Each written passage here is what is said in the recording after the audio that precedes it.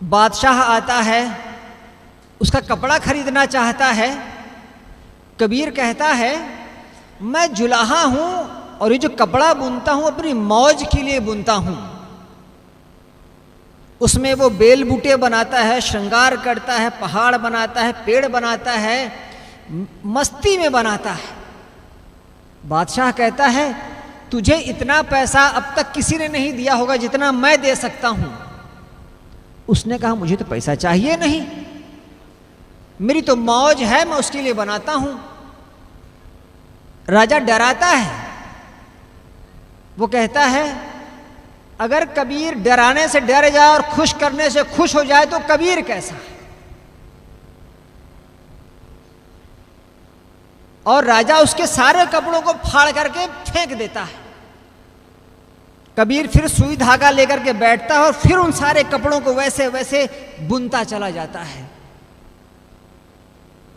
ये है कबीर, जो किसी के खुश करने से खुश नहीं होता और किसी के डराने से नहीं डरता।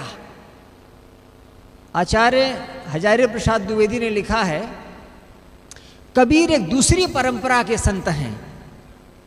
एक वो परंपरा है जो मंदिर, मस्जिद, घंटा, घड़ियाल, किताब, जात पात इन सब से आती है।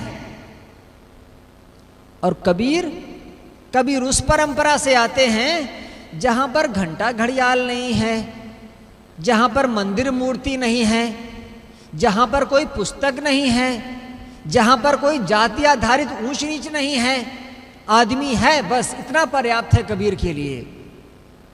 और कबीर जब आदमी को पाते हैं तो आदमी की ही चर्चा करते हैं, कहीं उसमें परमात्मा की गुंजाइश नहीं आती।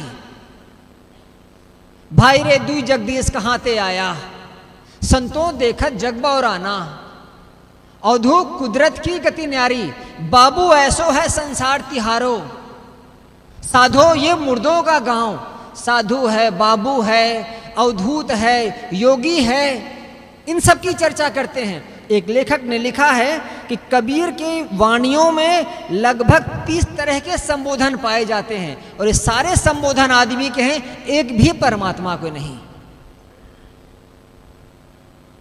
और जब कबीर आदमी को पाते हैं तो प्रश्न पर प्रश्न करते हैं।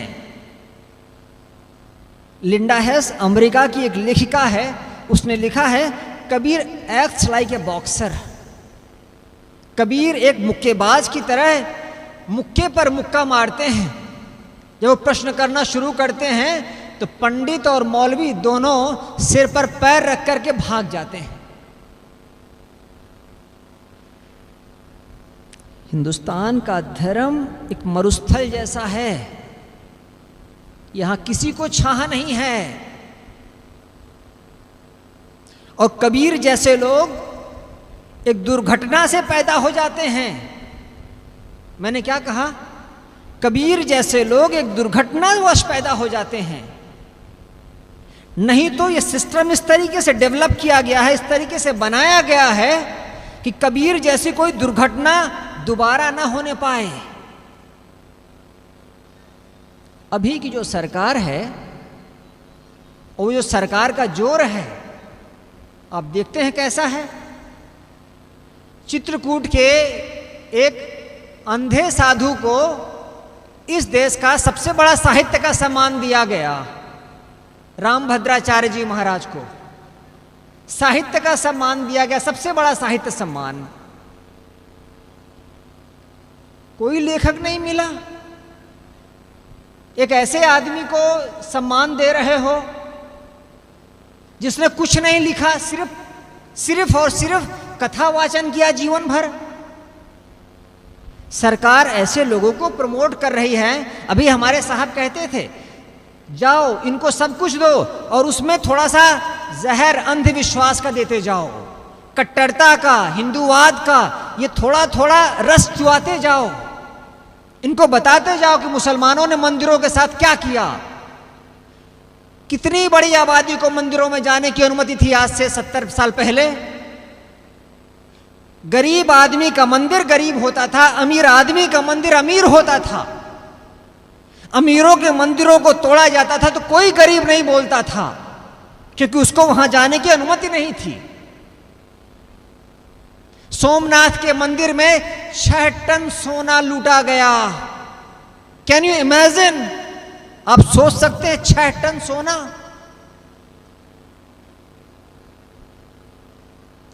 ये सोना किसका था? आप जैसे लोगों को गरीब बना करके आपका धन वहां था। आप क्यों बोलेंगे? अब भरा जा रहा, अब बोलो। पूरी एक व्यवस्था निर्मित की जा रही है कि एक मेंटल सेटअप बनाया जा रहा है कि कबीर जैसे लोग दोबारा न होने पाएं। एक आदमी हो गया पर्याप्त है, एक ईसा हो गया बहुत है, एक मोहम्मद हो गया बहुत है, एक अंबेडकर हो गया बहुत है, एक कबीर हो गया बहुत है। बाकी क्या करो? प्रभु के गुणगान गाओ, बस वही भक्ति है। और इनको प्रमोट किया जाता है पीछे से और आगे से। अब वो एक गीत है ना, बात निकलेगी तो फिर दूर तलक जाएगी। एक आदमी प्राणायाम करवाता था। हिंदुस्तान में सब कोई प्राणायाम करवाते हैं। एक आदमी प्राणायाम करवाता था, उसके साथ बनिया खड़े हो गए और आज इस देश में वो आदमी सबको प्राणायाम करवाता था।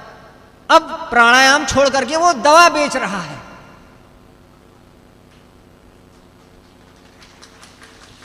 प्राणायाम करवा करके प्रीतम नगर में जितेंद्र साहब बन सकते हो, स्वामी नहीं बन सकते, हम जानते हैं। लेकिन अगर जनता मूढ़ हो तो उसी आदमी को कल भारत रत्न भी दिया जा सकता है। और जिस आदमी को भारत रत्न दिया जाना चाहिए था वो आदमी अभी चुपचाप मर गया, उसके बारे में चर्चा नहीं किया किसी ने। कबीर विचार गोष्ठी का मतलब ये नहीं है सनात साहिब जी कि कबीर की माँ कौन थी, कबीर का पिता कौन था, कबीर की पत्नी कौन थी। वो तो फर्जी बातें हैं, वो तो एक धुंध क्रिएट की जा रही है कबीर के चारों तरफ, इसलिए ताकि एक दूसरा कबीर उत्पन्न न होने पाए। 60 बरस 70 बरस तक कोई ये खोज करता रहे कबीर की माँ कौन थी, कबीर का पिता कौन था। भाई इसका क्या मूल्य है? कौन किसका पिता है? अपने बाप का नाम मत पता है, वही बड़ी बात है। असली है कि नहीं ये भी नहीं शंका है।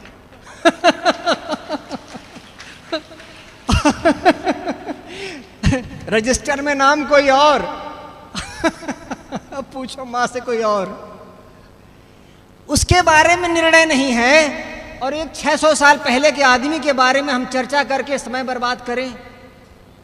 जो असली मुद्दा है उस मुद्दे तक आना है कि ये जो कबीर जैसी दुर्घटनाएं हैं ये होती रहें, ये होती रहें, कबीर जैसे लोग होते रहें। ये जो मुक्त हवा का झोंका था तू, किसी ने लिखा है कबीर के लिए।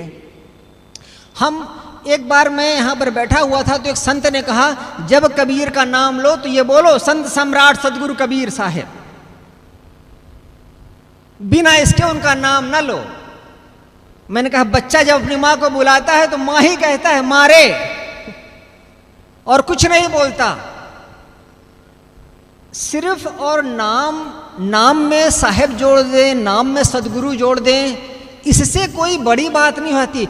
कबीर एक व्यक्ति नहीं, कबीर एक विचारधारा है।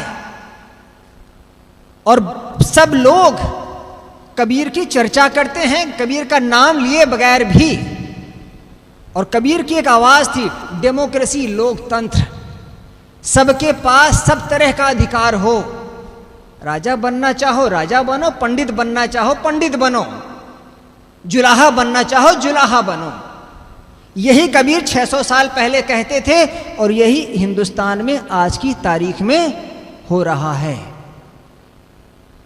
तो यह हिंदुस्तान का समाज है, इसमें अप भी है, इसमें डाउन भी है, इसमें गिराव भी है, इसमें उठान भी है। हमें उठान को ही आगे उठाना है।